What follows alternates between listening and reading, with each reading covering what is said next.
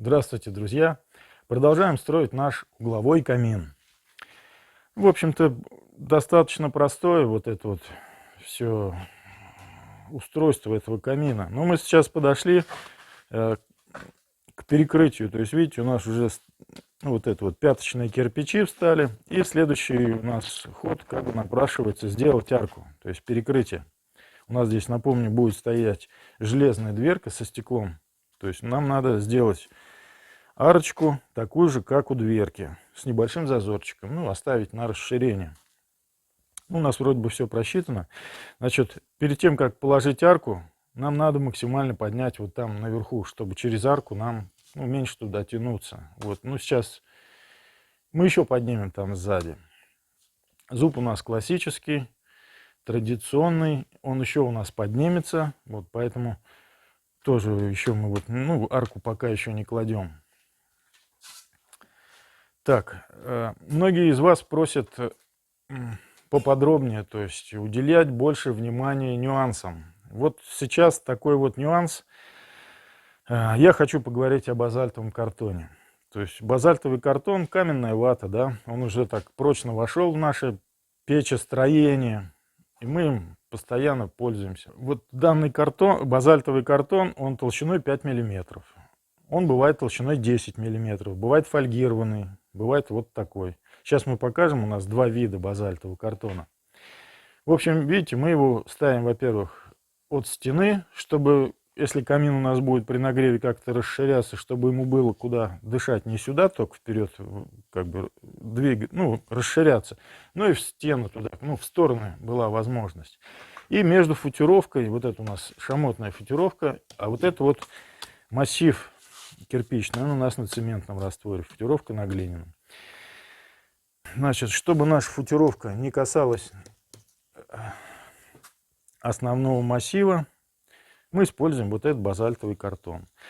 Ну, немногие знают, что если при кладке у нас много раствора из-под, когда мы кирпич осаживаем на нужную, вот, чтобы получился необходимый шов, может вылезать очень много раствора вот в стороны, да, и очень много его может вылезти как раз вот на базальт, вот на этот базальтовый картон. И если будет этого раствора много туда вылезти, как-то вытесняться, раствор просто прижмет у вас этот базальтовый, то есть раствор вытеснит и прижмется прям очень сильно, и толку от базальтового картона не будет. Снаружи вроде бы стоит у нас этот базальтовый картон, и все хорошо, все по технологии, а на самом деле не будет никакого зазора, понимаете? Вот это важно знать. И я хочу показать, вот как мы поступаем в таких случаях. Давай вот с этой стороны, Дима. Смотрите. Да, вот кирпич, кстати, в таких случаях, чтобы шов был потоньше, лучше смачивать. То есть, вот низ кирпича, вот, который сейчас буду ставить, я просто макнул в ведро. А здесь вот можно из лейки поливать, можно пульверизатором прыскать. Но пульверизаторы, вот они быстро кончаются, ломаются. Мы их устали уже покупать, поэтому из леечки поливаем. Так, вот раствор тоже очень жидкий. И смотрите, какой нюанс. Вот наносим раствор, да, и вот предположим, вот здесь вот у нас стенкой стоит базальтовый картон, и уже кирпичная стенка приподнята. Просто чтобы вы видели, сколько его у нас сюда вытеснится. И видите, с той стороны уже у нас все стоит, да, вот здесь, вот это. То есть я сюда тоже мало его кладу. И кладу как бы вот, приподнятый сюда, что ли. Так, и вот мы его ставим. То есть это у нас кирпич уже пойдет как бы все в кладку. Здесь он и останется. То есть сначала мы осаживаем вот эту сторону. Его немножко вытеснилось. Можно сделать так, чтобы его сюда вообще, он сюда не вылез, этот вот раствор. Мы сначала осадили эту сторону, а потом начинаем осаживать, то есть выгонять. Видите, сюда сколько его выходит раствора. То есть основной раствор у нас уходит вот сюда. Надеюсь, понятно, да? То есть сделать максимально так, чтобы вот сюда у нас раствора либо совсем не выходило. У нас же есть такая технология, да? Даже пустошовная. Чтобы шов был немножко пустой. Так вот, как раз в этом случае Это Можно будет сюда, мне кажется. желательный кого? Кирпич? Да. А сейчас я уберу раствор. Да, он, видите, кирпич сильно прижался. Ага, вот так. Так, и теперь вот выставляем здесь его, чтобы в топке внутри он стоял тоже по уровню.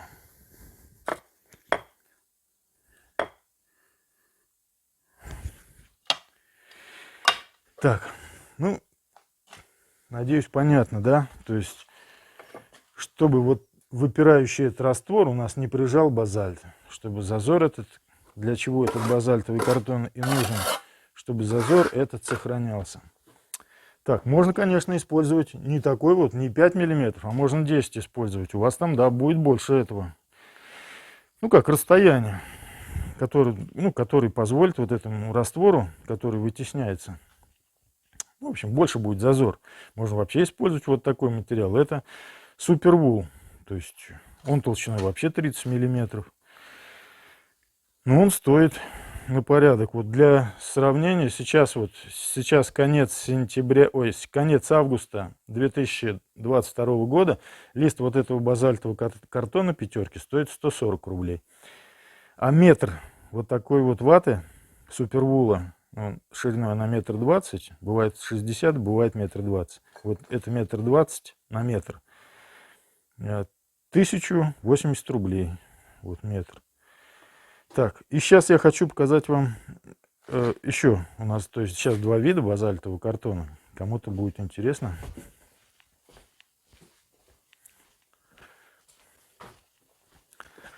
Так, ну вот этот вот базальтовый картон, вот он, видите, вот такой вот лист. То есть, ну, обычный, как войлок, он похож на войлок, да, такой вот. Или как валенок. Кстати, при покупке можно его проверить, потому что он вроде пятерка, бывает очень плотно, а бывает местами прям вот, ну, свет просвечивает, то есть очень тонкий. То есть, не знаю, брак это, не брак, скорее всего, брак, я думаю. То есть лучше проверить его. Такой вот лист. И вот какой. Купили мы два листочка. Бывает он нужен. Смотрите, как вот так, наверное, на свет, да? Видите, он типа тканевого такого. То есть из каких-то он и волокна, и типа ниток. Он более мягкий. То есть вот его вдоль стены вот поставишь, он начинает так вот, ну как бы гнуться, складываться. Ну вот такой базальт тоже имеет место. Я, конечно, привык вот к тому, вот, как мы его назовем, как валенок, да, который, как войлок. Ну вот, бывает того нет, вот покупаем этот. Он тоже 5 миллиметров.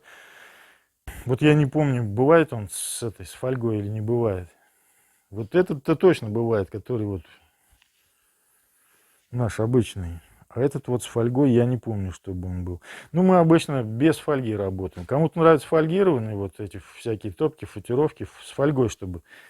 Мы нет. То есть обычно мы без фольги. Я в ней особого смысла в этого, особого толка в фольге я не вижу. Ну, конечно, она там, ну, чего-то она даст.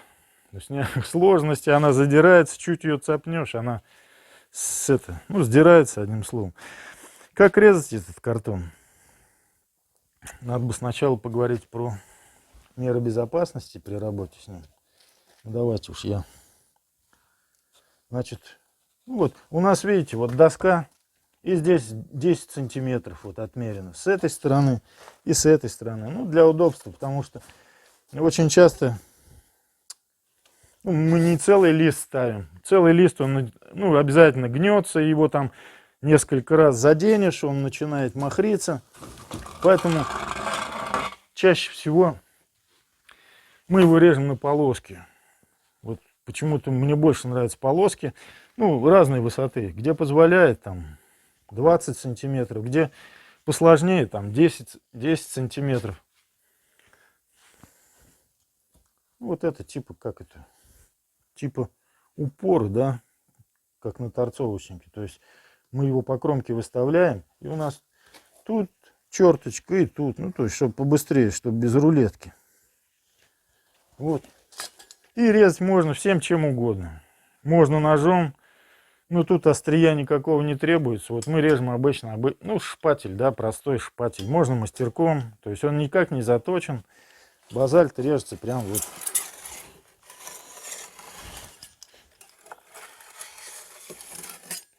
Очень просто, видите, да? Четкий, хороший срез. Вот это вот супер вул режется точно по такой же технологии.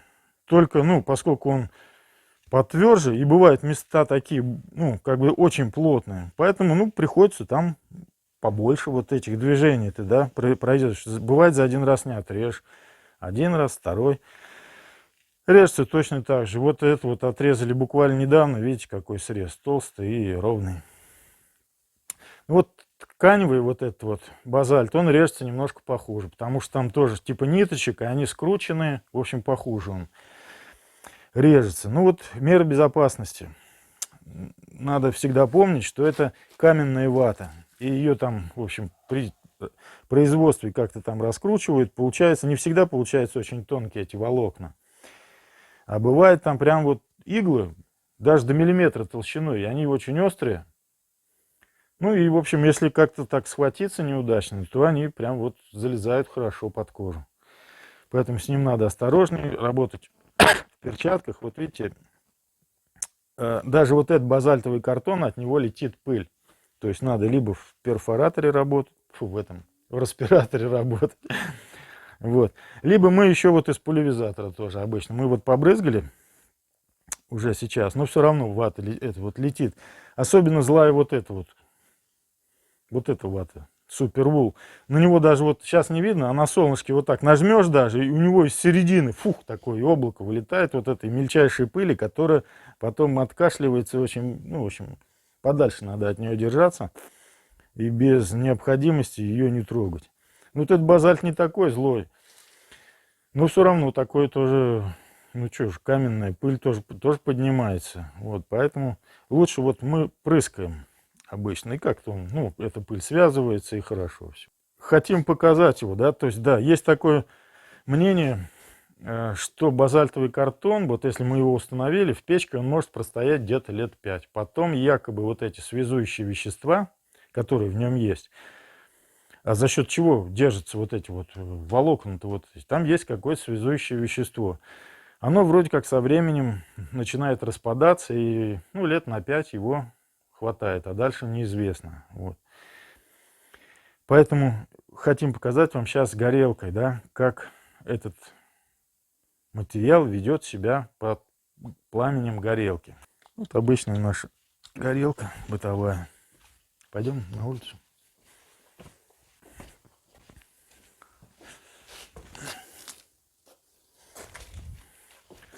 Вот, видите, мы уже экспериментировали. Пламя у горелки, очень большая температура. Конечно, все эти материалы, они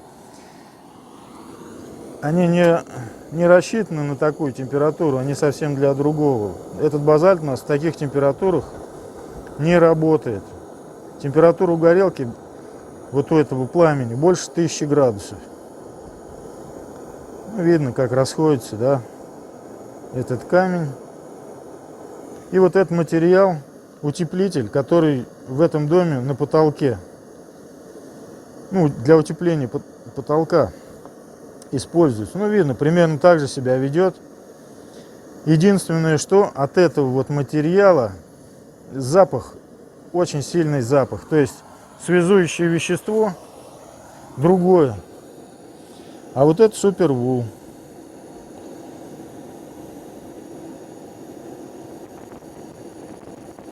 Вот этот материал у нас применяется в сэндвич-трубах. То есть, смотрите, это тоже каменная вата, да, только, видимо, вот по другим технологиям. Ну, я точно не знаю состава даже, то есть меня это, в общем-то, мало интересует. Меня больше устраивают его вот эти физические свойства. Смотрите, никакого запаха. Пламя горелки, повторюсь, больше 1000 градусов. То есть она нагревается вот до красна. Она очень плохо проводит тепло. Видите, с этой вот супервулом ничего не происходит. То есть он не разрушается, он не плавится. И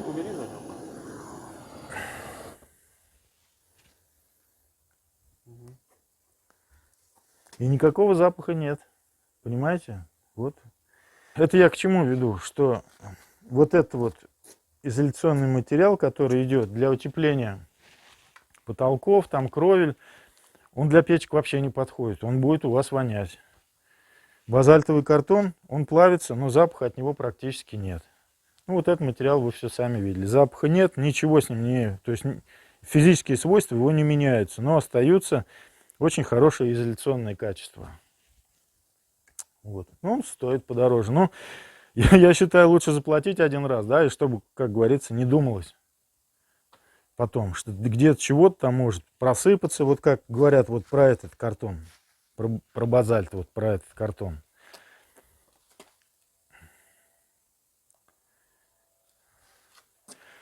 И, то есть, мы его используем для чего? Чтобы у нас получился зазор, да, между футировкой и основным массивом печки. Для печей можно использовать не обязательно базальтовый картон в наших печках бытовых, а можно туда закладывать и картон, то есть, ну, коробки вот эти гофрированные для упаковок там, ну, для разных целей, знаете, картон такой, да.